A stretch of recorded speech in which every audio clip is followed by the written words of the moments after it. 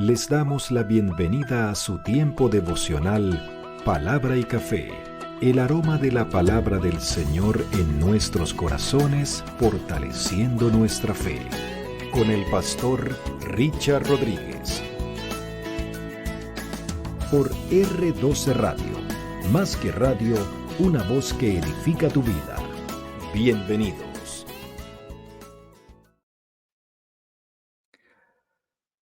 Para hoy, mis amados, para hoy en Palabra y Café dice de la siguiente manera: Señor, que mi vida de fe esté firme en ti.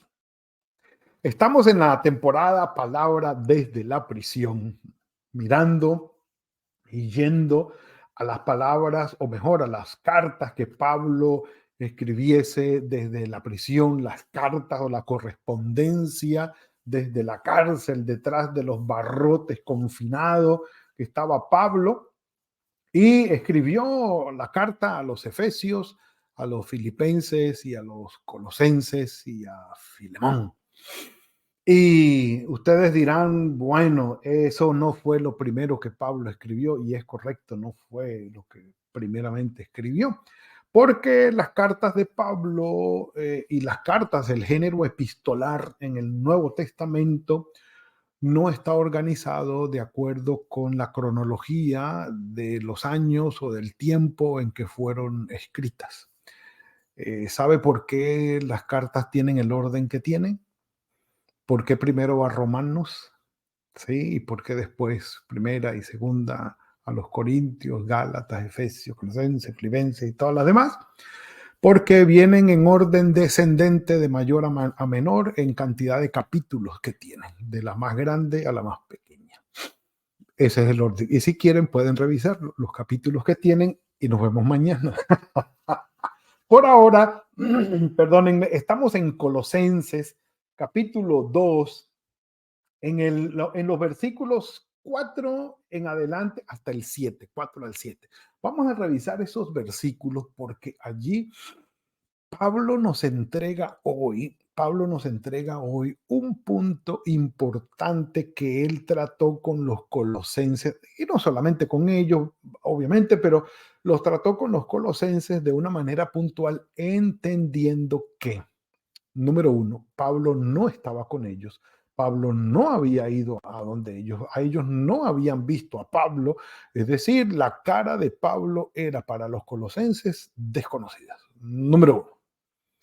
Número dos, como otras iglesias también estaban siendo atacadas por gente que querían dañar la doctrina o atacar la doctrina de la fe en nuestro Señor Jesucristo, la salvación en nuestro Señor Jesucristo, añadiéndole otras cosas que eran necesarias cumplir o vivir, porque es que Cristo no es suficiente para la salvación. Otras cositas hay que agregarle a la cruz de Cristo, hay que ponerle algunos vericuetos más, algunos adornos que por aquí, que por ahí.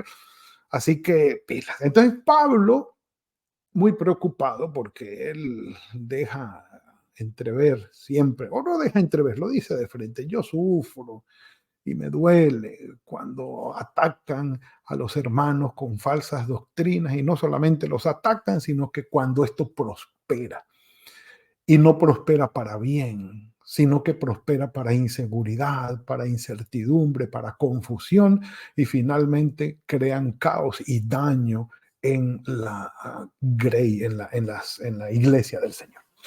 Entonces Pablo dice, por eso dice la palabra que dice aquí. Dice Pablo, y lo va a repetir más adelante: esto lo digo para que nadie los engañe. Ahí es donde viene el asunto. Por eso Pablo está diciendo que yo lucho para que ustedes sean consolados en sus corazones, para que unidos en amor alcancen las riquezas del pleno entendimiento, a fin de conocer el misterio de Dios, el Padre, y de Cristo, que fue el que estuvo entre nosotros, en quien están escondidos todos, no algunos, todos los tesoros de la sabiduría y del conocimiento. En Cristo están todos. Y utiliza ese absoluto como va a utilizar otros más adelante, y lo vamos a ver, no hoy, creo que lo vamos a ver mañana. Utiliza Pablo unos absolutos, unos términos absolutos dirigidos a Jesucristo. Por ejemplo, este que está aquí. En Cristo están escondidos todos los tesoros de la sabiduría y del conocimiento. Allí están todos. Usted no necesita ir a otro lado. En Cristo están todos. De manera que enfoquémonos allí. Por eso Pablo dice, esto lo digo para que nadie los engañe con palabras persuasivas. Y el término griego allí quiere decir lo siguiente, un discurso, es decir, la persona para engañarte con palabras persuasivas y para que el engaño surta efecto, no va a ser explícito en que, mira, aquí la palabra dice esto y ya. No, tienes que armarte todo una, ¿cómo se llama? Una revuelta, una por allí, por aquí, que la explicación, que aquí, que allá, que no sé qué, y un argumento lo saca de allí, y empiezan con un discurso persuasivo que busca convencer porque la palabra directa y explícita no es suficiente. Así que ojo con eso. Pablo está siendo directo y dice, en Cristo está todo, no necesitamos más. Y entonces el que llega a explicar, no, pero es que en Cristo está todo y no necesitamos más, no necesitamos.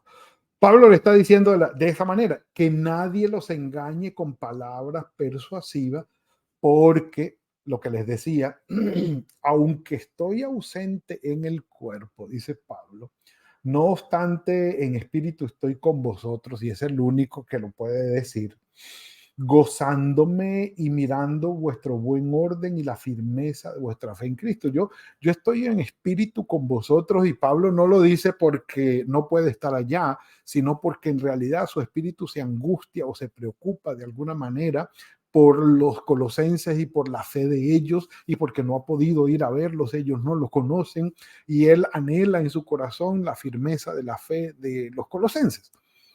Entonces viene una preocupación y una oración, como lo dijo al principio, una oración constante por ellos. Y se ocupa de ellos. Si no puede ir, envía la carta y envía, ¿cómo se llama? Heraldos para que proclamen allí y pastoreen y los cuiden. Y Pablo dice, yo no puedo ir, pero mire, aquí les envío la carta, aquí les envío a Epafras, a Timoteo, no sé, a quien vaya a ir, y estoy preocupado por ustedes. Entonces no es solamente el hecho de, yo no voy a estar con ustedes, pero estaré en el espíritu y me quedo en la casa viendo televisión. Un café por eso. Nah, cuentos. Cuentos nomás. Bueno. Porque aunque estoy ausente en cuerpo, no obstante estoy en espíritu con vosotros, gozándome, dice Pablo, y admira el orden, el buen orden y la firmeza de vuestra fe en Cristo. Punto. Y agrega un dato interesante en el versículo 6, porque va a explicar de qué se trata esa firmeza de los colosenses en Cristo. Él dice, por tanto, de la manera que habéis recibido al Señor Jesucristo, andad en él. Mas a todos los que le recibieron, a los que creen en su nombre, les dio la potestad de ser hechos hijos de Dios. Juan 1:12. El Señor Jesucristo, Juan el evangelista, coinciden perfectamente con Pablo diciendo de la manera que habéis recibido. Sí se recibe al Señor. Sí se ora para recibir al Señor. Sí. 2 veces lo dice, una vez Pablo y la otra vez el Señor Jesucristo en Juan. Así se ora para recibir al Señor, de la manera que lo habéis recibido. Sí. Es decir, lo acepté, yo tomé como mío, hice carne, hice vida, el hecho del sacrificio del Señor Jesucristo en la cruz, de que vino, se hizo carne, habitó entre nosotros, vivió, nos dio ejemplo de vida, murió por nosotros en la cruz por amor, por nuestros pecados, pagando por eso, y además de eso dándonos la redención y el perdón de nuestros pecados delante del Padre, quedando nosotros exentos, librándonos del poder del pecado y dándonos el Espíritu Santo. Eso lo recibo, como lo recibieron los colosenses. Y así como lo recibieron, entonces dice Pablo, vivan de esa manera, y empieza Pablo con la fundamentación. Miren, arraigados y sobreedificados en él. Es decir, no es solamente la raíz profunda de fe puesta en nuestro Señor Jesucristo. Jesucristo es todo. En Él están escondidos todos los tesoros de la sabiduría, del conocimiento, y mañana vamos a hablar de la plenitud de Cristo. Jesucristo es todo, es una raíz fuerte, es lo que Dios el Padre envió, a quien el Padre envió para consolidar la salvación en nosotros. Listo, eso lo hemos recibido. De manera que metan sus raíces de la fe en eso y aprieten allí. Bien puesto. Aparte de eso, edifiquen allí, sobre esa raíz o sobre ese fundamento enraizado, construyan sobre ese fundamento. Sobre ese fundamento construimos nuestra vida, nuestro pensar, nuestro decir, nuestro hacer, nuestros planes, nuestro propósito, todo lo que hacemos, nuestra familia, nuestra vida personal, absolutamente todo está sobreedificado en él, y termina diciendo confirmados en la fe, diciendo realmente este fundamento es el verdadero. ¿De qué manera? Muy sencillo. Ustedes recuerdan la historia que relata el Señor en Mateo capítulo 7, cuando dice que hay un hombre necio y un hombre sabio que edificaron su casa. El sabio edificó sobre la roca, vinieron ríos, soplaron vientos, cayeron lluvias y dieron con ímpetu contra la casa, y la casa no cayó, se mantuvo firme. Entonces, la confirmación viene a ser exactamente esa. Una vez nosotros arraigados y sobreedificados en Cristo, damos testimonio de vida, de que vengan vientos, de que vengan tormentas, tornados, carros y carretas, y den ímpetu contra nuestra vida, permanecemos firmes y dando fruto, porque no estamos exentos del sufrir y de los embates con que la vida nos golpea. No estamos exentos de ellos, pero sí que eso nos va a ayudar a confirmar nuestra fe. Es decir, que por medio de la experiencia, en medio del sufrimiento y en medio de la adversidad, podemos confirmar que la fe y la sobreedificación que hemos hecho y el arraigamiento que hemos hecho ha sido genuino, verdadero y está estable. Estamos en el lugar correcto, enfocados con la fe correcta en nuestro Señor Jesucristo, por todos estos embates, así como habéis sido enseñados, abundando en acciones de gracias. Un café por eso.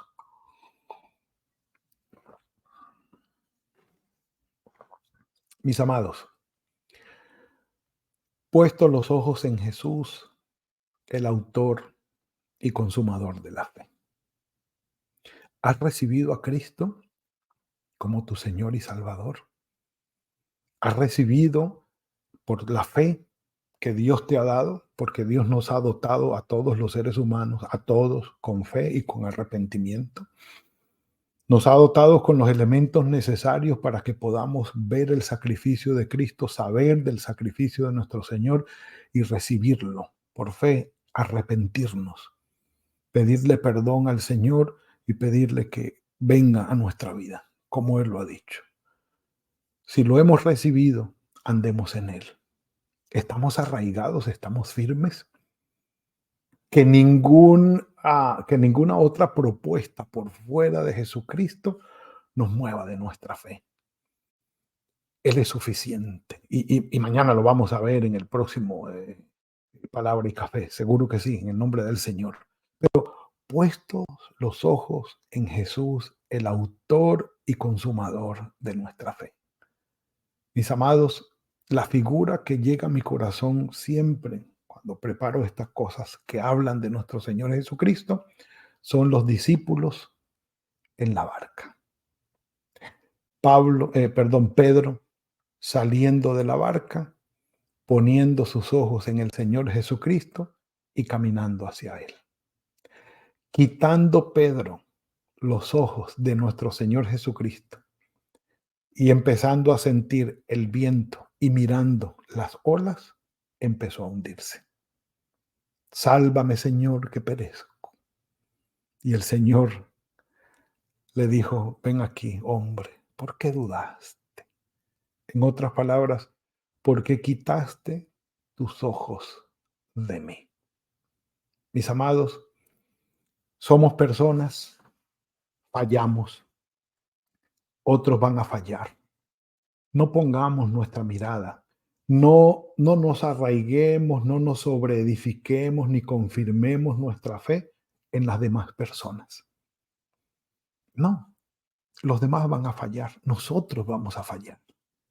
Vamos a morirnos, vamos a cambiar de ideas, de alguna manera vamos a fallar, porque somos seres humanos. Entonces, no edifiquemos, no nos arraiguemos, no nos sobreedifiquemos ni nos confirmemos de nuestra fe con base en las demás personas. Y tampoco no permitamos que las fallas de las otras personas nos saquen de la fe. Estamos hablando de lo que sucede hoy. Muchas personas, porque los padres o los papás no tuvieron un buen ejercicio de fe, entonces se apartan. Otros, como los pastores, los líderes y otras personas, no tuvieron buen testimonio de fe, entonces se apartan. No, el fundamento es Cristo y sigue siendo Él. Nosotros vamos a fallar y muchos otros van a fallar, seguro. Pero si ponemos nuestra mirada en Cristo, nuestra fe va a permanecer firme. Y si fallamos, tampoco nos vayamos de nuestra fe. El Señor elogió a David porque era fiel a Él, aunque cometió grandes pecados. Nunca quitó su mirada y su fe del Padre Celestial. Tú eres mi Dios. Si fallamos, el Señor Jesucristo es nuestro Señor. Si nos mantenemos firmes, el Señor Jesucristo es nuestro Señor. Si otros fallan, el Señor Jesucristo es nuestro Señor. Si vienen circunstancias difíciles, adversidades, sufrimientos, enfermedades y calamidades, Jesucristo es nuestro Señor. Si el mundo falla, Jesucristo es nuestro Señor. Si nosotros fallamos, Jesucristo es nuestro Señor. Pongamos nuestra fe y nuestra mirada en Él y no nos dejemos engañar por nadie que venga a querer cambiarnos la mirada hacia otro fundamento, porque no lo hay. Y si lo hay, no es funcional, por lo menos no como el fundamento eterno que es nuestro Padre Celestial en nuestro Señor Jesucristo. Mantengámonos firmes y no nos dejemos engañar. Cerciorémonos de que hemos recibido al Señor Jesucristo y andamos en Él, arraigados, sobreedificados y confirmados en la fe. Padre, gracias por esta bendición que nos has dado hoy. Gracias porque nuestra fe está puesta en ti, Señor. A veces se torna difícil sobreedificar nuestra vida, construir sobre la roca, Señor. Pero queremos mantener nuestra mirada puesta en ti, Señor Santo, el autor y consumador de la fe. Ayúdanos, Señor, y que en medio de nuestras caídas, de nuestros errores o equivocaciones, jamás quitemos la mirada de ti, sino que nos levantemos, corrijamos y sigamos hacia ti. Guíanos, Padre, te lo suplicamos. Guíanos, fortalécenos y ayúdanos. Dejamos en tus manos el resto de este día con tu bendición y cuidado. En el nombre de tu Hijo Jesucristo. Amén y amén. Mis amados, ha sido la entrega de hoy. Le damos la gloria al Señor por eso. Que el Señor los bendiga, que los guarde, que fructifique el trabajo de sus manos, que los bendiga en todo cuanto necesiten. Y nos veremos mañana, si el Señor lo permite, en otra entrega de Palabra y Café. Que el Señor los guarde. Gracias por compartir con nosotros este espacio de Palabra y Café. Hasta una próxima oportunidad por R12 Radio. Más que radio, una voz que edifica tu vida. Que Dios les bendiga.